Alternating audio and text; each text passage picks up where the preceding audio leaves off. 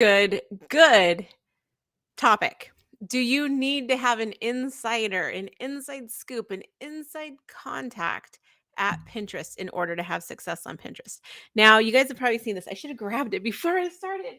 Um, my name is Jennifer Priest, and I am a Pinterest expert, digital marketing expert. Been using it for my business with clients for over a decade. In my own business for 18 years, I've been using content marketing, digital marketing. And in all that time, I've learned so many amazing things about social media, search engines, Pinterest in particular, and became super passionate about Pinterest about 5 years ago, 6 years ago. And everybody was like, you need to teach us how to do this. And I was like, oh, I don't know if we need another course. And well, here we go. I have a course called Smart Pin Pro.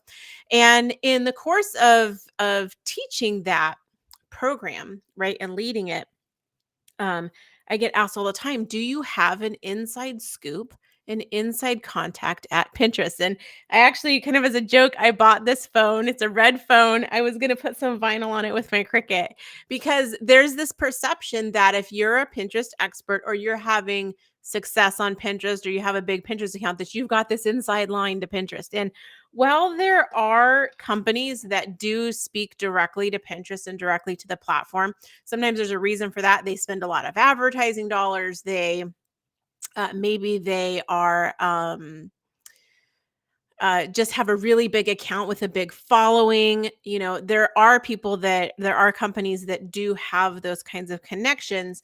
They're really not necessary. And I think a lot of times we can feel like, oh, my business isn't big enough. I'm too small of a peon. I'm just a blogger. Pinterest doesn't care about me. And it can start to feel very frustrating because you feel like, well, if only I had more of something, right? More ad dollars I was spending, more followers, more content, whatever, I could get the inside scoop. And someone at Pinterest would tell me how to be successful. Well, I'm here to tell you, you don't need an insider at Pinterest to have success. You don't. It's not scalable. They can't possibly do that for everybody. So I'm going to tell you what to do, why you don't need to have an insider, why you don't need to have an insider at Pinterest, why you don't need to memorize anything going on with Pinterest, right? If somebody's spouting off this many pixels for this pin and this much for this pin and blah, blah, blah, like, you don't need to know that stuff. We can look it up. Um, how do you get information about Pinterest changes if you don't need to have an insider? Where do we go? Right? People just can't make stuff up, right? We need to have some information, some basis for the decisions that we're going to make. And then I also want to share with you how insider knowledge can actually hurt your Pinterest strategy. And this is something I see in Facebook groups all the time. Is heartbreaking. So before we get into that, I want to share with you that we are running a free workshop right now. Now, I say free, it's free while it's live. And there's an opportunity to watch the recordings and that kind of thing. There's so much weird information out there about idea pins that I decided to create a workshop called Win with Idea Pins. And you can get it, watch instantly right now to get that practical knowledge that works all about idea pins. I've got a link down below for you to sign up for that. So I'm going to go put it here. There you go. You can see the link right there on the screen. If it's after the challenge, you're watching this in a year, you'll be directed to a place where you can watch the recordings. So no matter what you do, it's a win-win-win for everybody. And so how do I know the information that I'm sharing in this challenge? Exactly what I'm going to tell you today is how I know that info. I'm going to change my little camera here for a minute. Okay, so let's get started. I want to share with you guys some really good info. I'm going to try to keep this succinct and compact. So I want you to first, let's get rid of this idea that you need an insider contact, someone who works at Pinterest to give you information. And the other thing I want to tell you about that is to beware of those who do say, I've got an inside contact at Pinterest. I heard this straight from Pinterest. I heard this from my special super secret contact who is not putting their name on anything at Pinterest. I would be suspicious of that. Okay. I would just be cautious. And the reason is if Pinterest wanted us to know that information, they would have put it out in a public way, right? We've got some employees somewhere that someone's made a friend with. I've got plenty of them, you guys. It's not that I don't know people at Pinterest, because I do. I've got plenty of contacts where I've seen them speak. I've talked to them. We've talked together. I've talked to them on the phone. Like, we've been at conferences. I have people that I've met at Pinterest, right? It's not necessary for you to have success. So here's why I don't think it's necessary. And here's why I don't actually talk to my contacts at Pinterest. If there's a problem with something on Pinterest, people are like, oh my God, Jennifer, do you have someone you can call? Blah, blah, blah. Like, this thing's happening. There's a glitch. There's a whatever. And I'm just like, no, I'm not worried about it. I'm not going to contact anybody. Here's why I don't contact anyone. If I can't, and I want to say this slowly, if I can't succeed as a manager, consultant, or expert on Pinterest without having insider knowledge from some person who works at Pinterest, right? Who knows where they work, right? They all work in different places. They all have different information and privy to different things. But if I can't succeed in those jobs without insider knowledge, how can I expect you to succeed? How can I expect you to succeed? If I'm only succeeding because I have some inside track that I can call someone at Pinterest, then that's not really knowing how to use Pinterest, right? That's not really knowing how to use it. So I'm not saying that anyone who talks with people at Pinterest doesn't know what they're talking about. I don't want you guys to think that. What I'm saying is, if I expect you to take my program, take my advice, purchase coaching or consulting from me, and take the information I'm giving you and have success when I know that you don't have a contact at Pinterest, I can't expect you to have success without a contact at Pinterest if I can't figure it out without a contact at Pinterest. Does that make sense? Like, let me know down in the text chat. I would love if you drop the letter Y for yes down in the text chat if that makes sense to you. How can I expect you to have success if without someone at Pinterest feeding you information, if I can't have success without someone at Pinterest feeding me information, right? That doesn't make any sense. Here's the thing. Pinterest or any platform, I'm a little passionate about this. I didn't think I was going to be this excited. Pinterest or any platform, Facebook, Instagram, Google, whatever, cannot scale. They cannot scale. They cannot grow exponentially they can't scale giving everyone access to their staff, right? If Pinterest was like, okay, the way to succeed on Pinterest is you got to talk to someone that works with us. They cannot scale that. There's no way that they could have everyone. There's 490 million users on Pinterest. It's unreasonable to expect that their staff would be able to service, even if the businesses were just a fraction of those users. They can't give everyone access to an employee to help them decipher what to do on the platform, right? It's not physically possible. And here's the other thing I've noticed about Pinterest employees, and I'm just saying this with quotes because it's the same with Instagram employees. I have friends who are like, I've got 3 contacts at Instagram or YouTube or Facebook or probably TikTok. Like, I haven't even talked to anyone who has TikTok contacts, but it's probably different there too.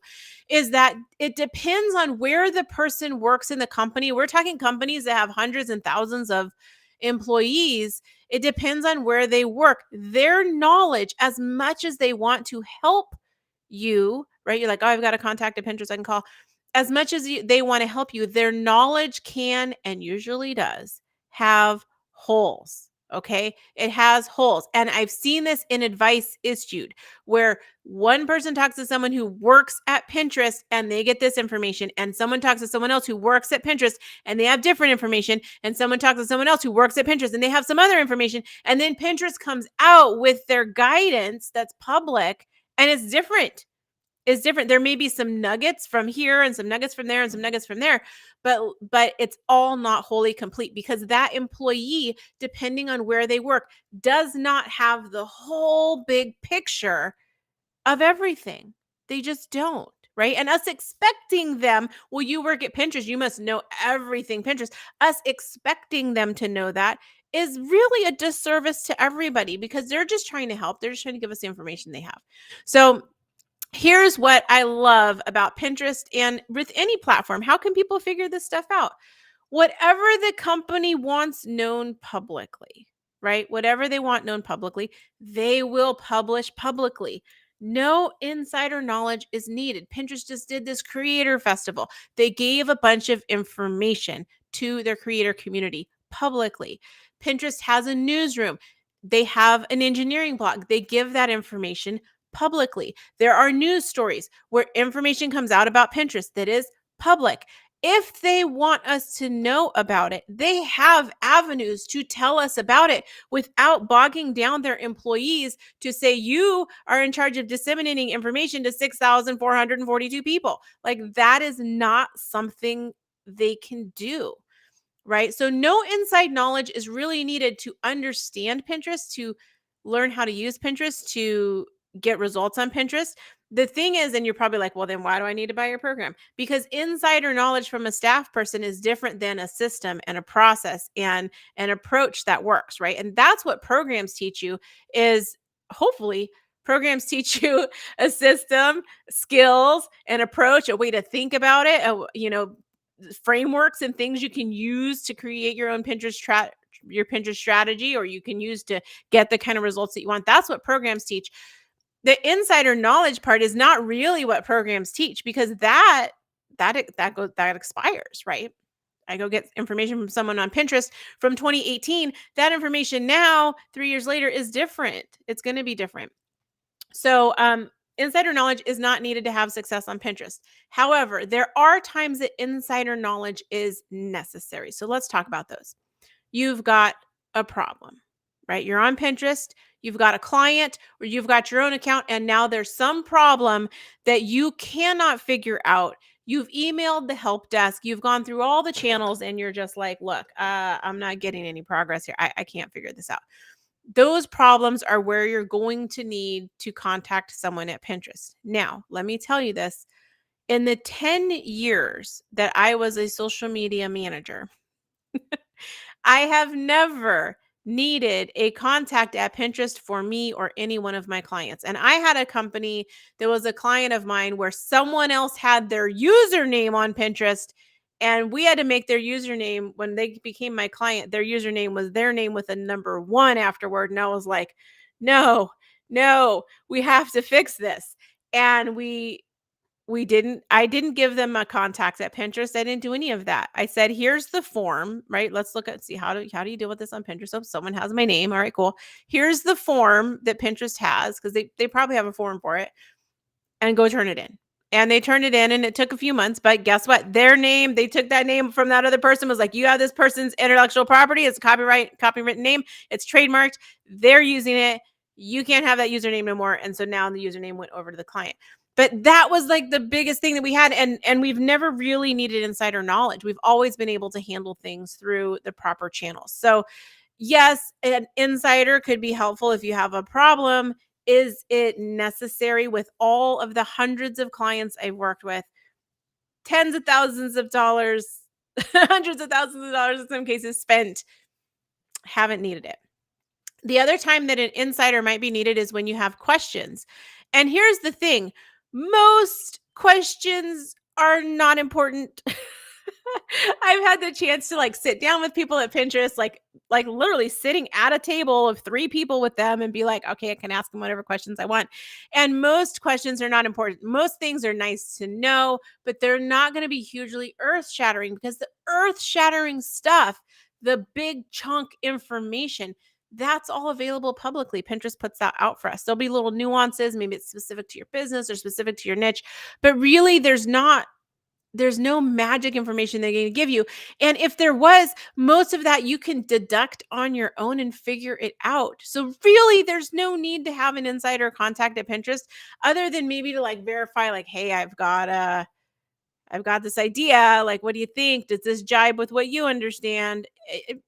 Again, it's not super necessary, right? Trust yourself. So imagine if, instead of being like, man, I wish I had this insider contact that could help me with all this stuff, and I don't have that. I'm not important enough. We start making it mean things. I'm not important enough to have the insider contact. Instead of all of that, what if instead you could figure it out? So that starts with 3 things. 1, reading the signals. Now, in my program, Smart Pin Pro, we have an acronym SMART. Doesn't mean the same thing as SMART goals. And we call it the SMART method. And it is our framework for figuring out what does Pinterest want? How do we understand it? How do we come up with a game plan to reach our goals? What do we do to create the content for that? How do we test it? How do we measure results? And then adjust the plan from there, right? That SMART method, SMART, is what we use. And the first part of that is S, which stands for signals. Now, signals are all the communication. Like, one of the signals that we look at is communications from Pinterest, right? What is Pinterest telling us? What are they putting out on the blogs, that kind of thing.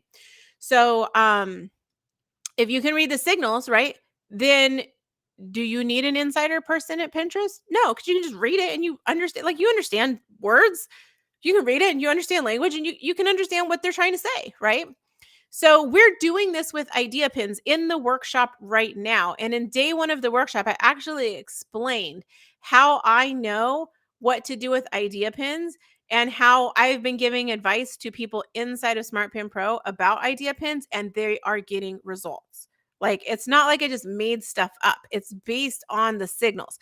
So I talk about how you can use those signals to then to discern and pick them apart and go, oh, this is what they mean. This is what's important to them. Now, where does that overlap? What I want and that sweet spot, those two, the Venn diagrams, they overlap. That sweet spot where what I want and what Pinterest wants aligns, that's where we want to operate, right? We don't need an insider person at Pinterest because they don't know anything about our business. They can't tell us that stuff. They can't tell us about our goals. We've got to do this part ourselves. So the second thing is trust your own discernment and deductive powers to figure out what it all means and what to do next. We don't trust ourselves. We tend to think that someone else out there has the magic formula, that someone else has. And when they say, oh, I've got an insider at Pinterest, I've got my contact at Pinterest, I've talked to my contact at Pinterest, they're not saying this, but we are filling in the blank going, they must know something I don't. They must be smarter, bigger, faster, whatever, more than me. And we start to doubt ourselves. We doubt our discernment abilities. We doubt our deductive powers. You have all of this built in. You can see a situation and you can go, this is happening there.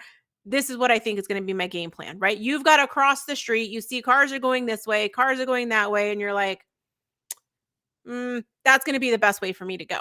We all can do that. It's the same thing with Pinterest. Pinterest has this information. Here's where I want to go. Here's where I'm gonna plot the path. I think this is what I'm gonna do, right? We all can do that, but we've got to trust ourselves first. So read the signals. Second, trust yourself. And third, we want to be building for steady traffic.